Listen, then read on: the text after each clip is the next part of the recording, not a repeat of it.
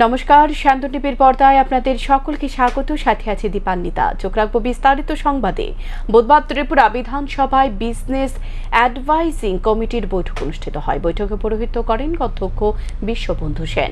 বৈঠকে উপস্থিত ছিলেন মন্ত্রী রতনলাল নাথ, বিরোধী দলনেতা জিতেন্দ্র চৌধুরী, মন্ত্রী অনিমেষ দেববর্মা, মন্ত্রী সুশান্ত চৌধুরী, বিধানসভার মুখ্য সচেতক কল্যাণী রায়, বিধায়ক বিরজিৎ সিনহা। বৈঠকের পর মন্ত্রী রতনলাল নাথ জানান, আগামী 21শে মার্চ থেকে শুরু হবে ত্রিপুরা বিধানসভা অধিবেশন। বিরোধীদের দাবি অনুযায়ী এই বৈঠক শুরু হবে শুক্রবার থেকে। তারা দাবি করেছিল বৈঠক তার পরবর্তী শুক্রবার পর্যন্ত রাখার জন্য, কিন্তু বৈঠকে ট্রেজারি বেঞ্চ থেকে সিদ্ধান্ত নেওয়া হয়েছে 1 এপ্রিল পর্যন্ত বৈঠক চালু রাখার। অর্থাৎ বিরোধীদের দাবি থেকে আরও একদিন বেশি বৈঠক রাখা হয়েছে। মন্ত্রী বলেন, 21শে মার্চ বাজেট পেশ করা হবে, তারপর মূল বাজেট হবে 25 এবং 26শে মার্চ। তিনি বলেন, ট্রেজারি বেঞ্চ চায় যত বেশি আলোচনা বিধানসভা অধিবেশনে হবে তত বেশি সরকারের সুবিধা হবে। মোট 7 দিনের বাজেট অধিবেশন রাখা হয়েছে। 21 মার্চ থেকে শুরু হচ্ছে। ওনারা বলছেন যে আপ টু শুক্রবার, মানে শুক্রবার শুরু হবে, আপ টু শুক্রবার যেন শেষ হয়। আমরা বলছি না, এবার আরও বাড়িয়ে দেব। আমাদের ট্রেজারি বেঞ্চ থেকে আমরা করেছি এটা একদম 21 মার্চ শুরু হবে, শেষ হবে 1 এপ্রিল। বিরোধীরা যে দাবি করেছে এর থেকে একদিন বেশি করিয়ে দিয়েছি। বিরোধীরা দাবি করেছিল শুক্রবার থেকে শুরু হবে, শুক্রবারে শেষ হোক। আমরা বলছি না, শুক্রবার থেকে শুরু হবে, আগামী মঙ্গলবার পর্যন্ত চলুক। অর্থাৎ 21 মার্চ শুরু হবে আর শেষ হবে 1 এপ্রিল। ওনারা চেয়েছিল 28 মার্চ শেষ হওয়ার জন্য, আমরা একদিন বাড়িয়ে দিয়েছি। এবং বাজেট অধিবেশন সাপ্লিমেন্টারি বাজেট থাকবে, অর্থাৎ এটাকে আমরা রিভাইজ বাজেট বলি, উঠে থাকবে, এবং 25-26-এর মূল বাজেট থাকবে। আমরাও ট্রেজারি বেঞ্চ চাই যে যত বেশি আলোচনা হবে তত আমাদের সুবিধা হবে। আমাদের যদি এই যে আমাদের রাজ্যের উন্নয়ন হচ্ছে সেটাতে যদি তাদের কিছু সাজেশন থাকে তাহলে আমাদের উপকার হবে। এই জন্য আমরা তারা যতটুকু চেয়েছে এতে বেশি দিন রেখে আলোচনার সুযোগ দিয়েছি, যাতে ইলাবোরেটলি বাজারের উপরে আলোচনা করতে পারে। ঘরে বাইরে বড় চাপের মুখে বেকার দরদি সরকার। প্রতিদিন রাস্তায় নামছে হাজার হাজার বেকার। কারণ নিয়োগ প্রক্রিয়া স্লথ গতিতে হতাশ বেকার মহল। সরকারের তালবাহানায় তারা রাস্তায় নামতে বাধ্য হচ্ছে। 2022 সালে রাজ্য পুলিশের নিয়োগ প্রক্রিয়া বিজ্ঞপ্তি প্রকাশ হয়। বিজ্ঞপ্তি প্রকাশের পর যথারীতি শারীরিক পরীক্ষা হয়। 2024 সালে শারীরিক পরীক্ষায় উত্তীর্ণদের মৌখিক পরীক্ষা গ্রহণ করা হয়। অথচ গত 3 মাসে এখন পর্যন্ত তাদের বাছাই করার তালিকা প্রকাশ করা হয়নি। বহুবার তারা আন্দোলন করে সরকারের কাছে দাবি জানালেও তা কাজের কাজ কিছুই হয়নি। বুধবার তারা পুনরায় রাজধানীর শিশু বিহার স্কুলের সামনে জমায়েত হয়। তারপর শত শত বেকার পুলিশের বাধা অতিক্রম করে মিছিল করে।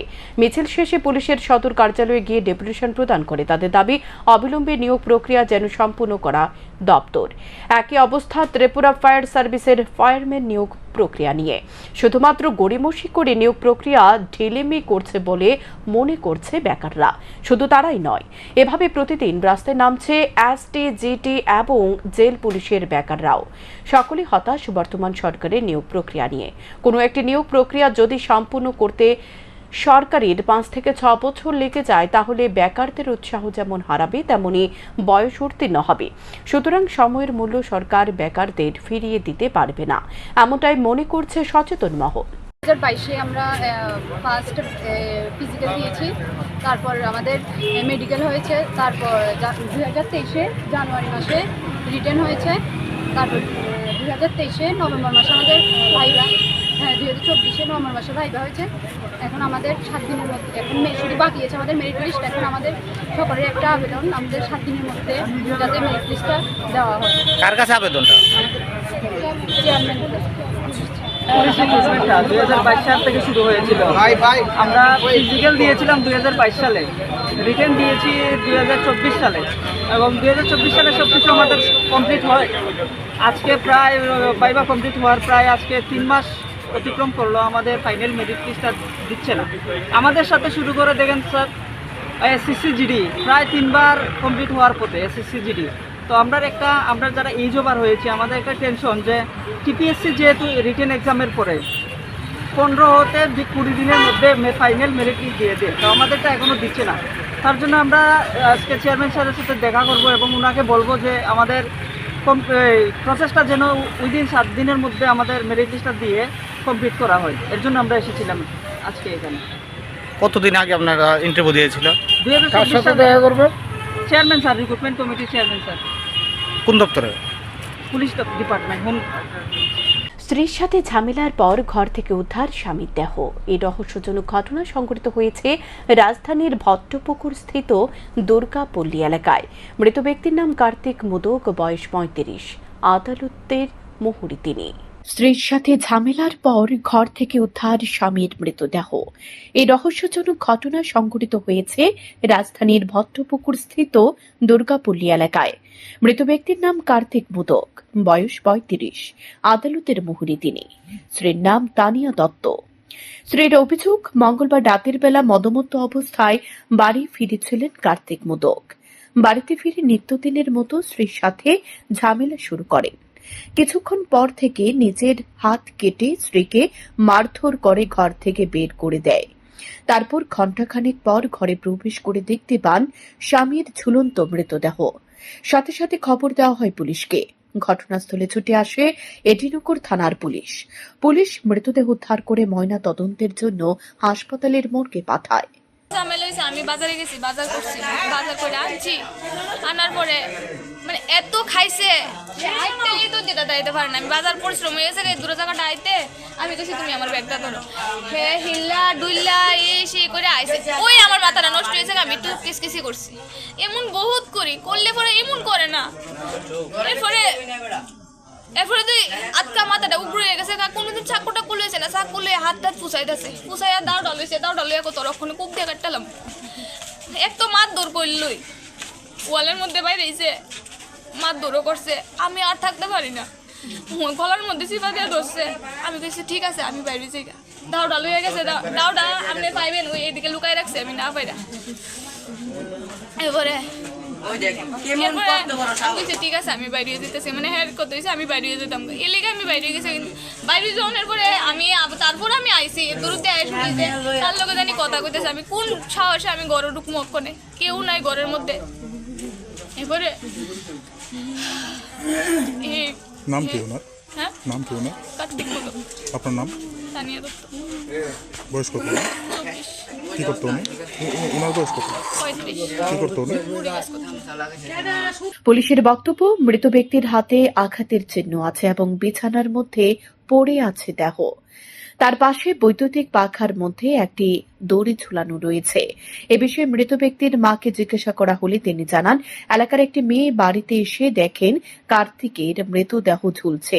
কিছুক্ষণ পর মৃতদেহ বিছানার মধ্যে পড়ে যায়। পুলিশ আরও জানায়, মৃত ব্যক্তির মা নাকি পুলিশের কাছে জানিয়েছে তার ছেলে কার্তিক গত কয়েকদিন ধরে মরে যাওয়ার হুমকি দিচ্ছিল পরিবারের লোকজনদের। পুলিশ জানায়, মৃতদেহ ময়না তদন্তের পর বোঝা যাবে আত্মহত্যা নাকি খুন। ফরেনসিক টিম ঘটনার তদন্ত করবে বলে জানায় পুলিশ। প্রাথমিকভাবে আমি ডিজিস্টের মার সঙ্গে আলোচনা করে জানতে পারলাম যে কথা বলছিল যে সে যে কোনো সময় ফাঁসিতে কিন্তু আমরা দেখতে পেয়েছি যে তার ঘরের ভিতরে টুইলিং হাউজের একটা সিলিং ফ্যানের মধ্যে গামছা লটকানো অবস্থায় পেয়েছি এবং সে বিছানার উপর শো অবস্থায় ছিল এবং উর্মা বলেছে যে এলাকার একটি মেয়ে দেখেছে ওনার ছেলে ফাঁসিতে ঝুলন্ত অবস্থায় আছে। পরবর্তী সময় গামছা থেকে ফসকে বডি নাকি বিছানার উপর শুয়ে আছে। আমরা প্রাথমিকভাবে তদন্ত করছি এবং আমরা পোস্টমর্টমের জন্য নিয়ে যাচ্ছি। পোস্টমর্টমের রিপোর্টে যা হবে। ঘটনায় গোটা এলাকায় ব্যাপক চাঞ্চল্য সৃষ্টি হয়েছে। মৃত্যুর আসল কারণ যদিও জানা যায়নি, পুলিশের তদন্তে বের হয়ে আসতে পারে মৃত্যুর আসল কারণ। বুধবার জিবি হাসপাতালের মর্গে মৃতদেহ ময়না তদন্তের পর পরিবারের হাতে তুলে দেওয়া হয়। শ্যামপুর টিভি। দৈনিক 12 ঘন্টা দায়িত্ব পালন করলেও ন্যায্য পারিশ্রমিক থেকে বঞ্চিত রাজ্যের অঙ্গনারী কর্মী এবং সহায়িকারা। বুধবার ভারতীয় মজদুর সংঘ অনুমোদিত ত্রিপুরা অঙ্গনারী ওয়ার্কার্স অ্যান্ড হেল্পার সংঘের ত্রিপুরা প্রদেশ শাখার পক্ষ থেকে রাজধানীর বিদুরকর্তা স্থিত বিএমএস এর কার্যালয়ে সাংবাদিক সম্মেলন করে এই বিষয়ে উত্থাপন করেন সংগঠনের সাধারণ সম্পাদিকা মীনা দেবনাথ। তিনি বলেন, দৈনিক 12 ঘন্টা দায়িত্ব পালন করলেও তাদের পারিশ্রমিক অত্যন্ত কম। যে মহার্ঘ ভাতা তাদের পারিশ্রমিক হিসেবে দেওয়া হচ্ছে সেটা নিয়ে বর্তমান সময়ে সংসার পরিচালনা করা যায় না, অথচ তাদের কাজের পরিমাণ দিন দিন বেড়ে চলেছে এবং রাজ্য সরকারের পক্ষ থেকে তাদের সরকারি কর্মী হিসেবে স্বীকৃতি ও দেওয়া হচ্ছে না। তাই তারা 10 দফা দাবি স্বরূপ হয়েছে।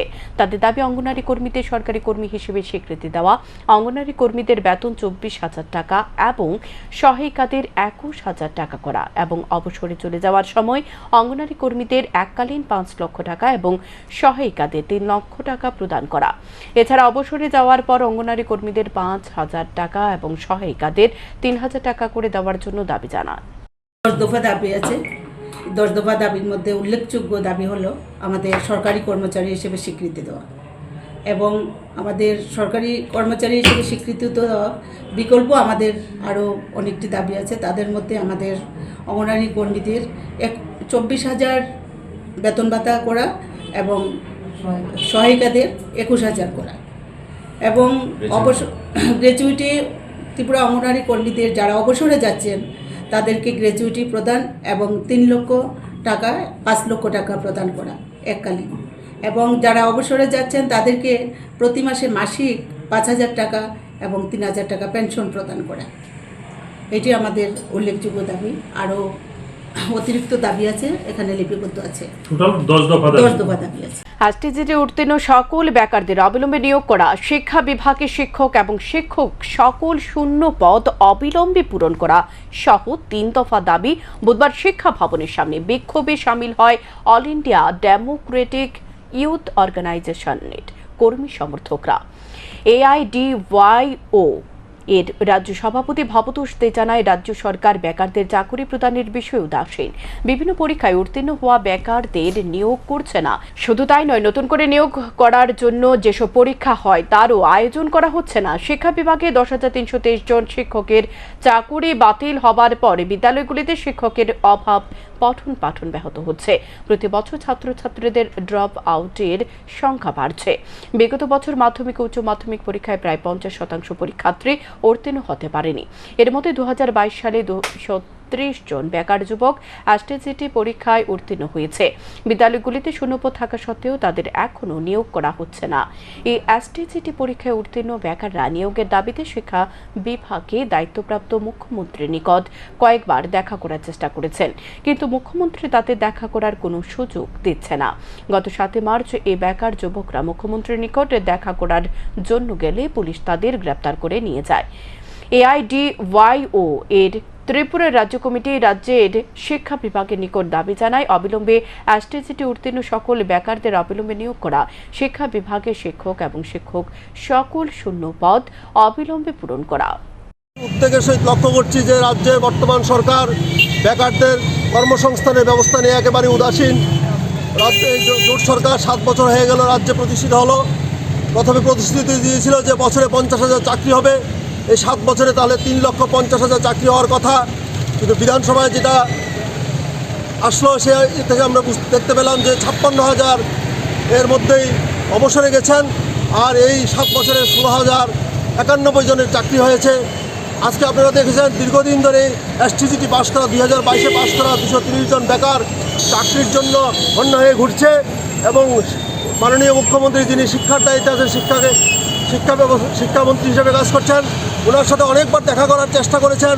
কিছুদিন আগেও ওনারা দেখা করার জন্য চেষ্টা করেছেন, কিন্তু ওনার যাওয়ার আগেই ওনার কর্তব্যরত পুলিশ ওদেরকে অ্যারেস্ট করে এবং শিক্ষা দপ্তরের যে শিক্ষা এবং অশিক্ষণ কর্মীরা যে শূন্যপদগুলো আছে এই শূন্যপদগুলো অবিলম্বে দাবি রাখা, এই দাবিগুলো আমরা বর্তমান রাজ্যের মুখ্যমন্ত্রী এবং শিক্ষামন্ত্রী যিনি আছেন ওনার কাছে আবেদন রাখছি এবং পাশাপাশি আমরা স্কুলের কাছে যে ডাইরেক্টর আছেন ওনার কাছে এই বিষয়ে আজকে স্মারকলিপি দেব।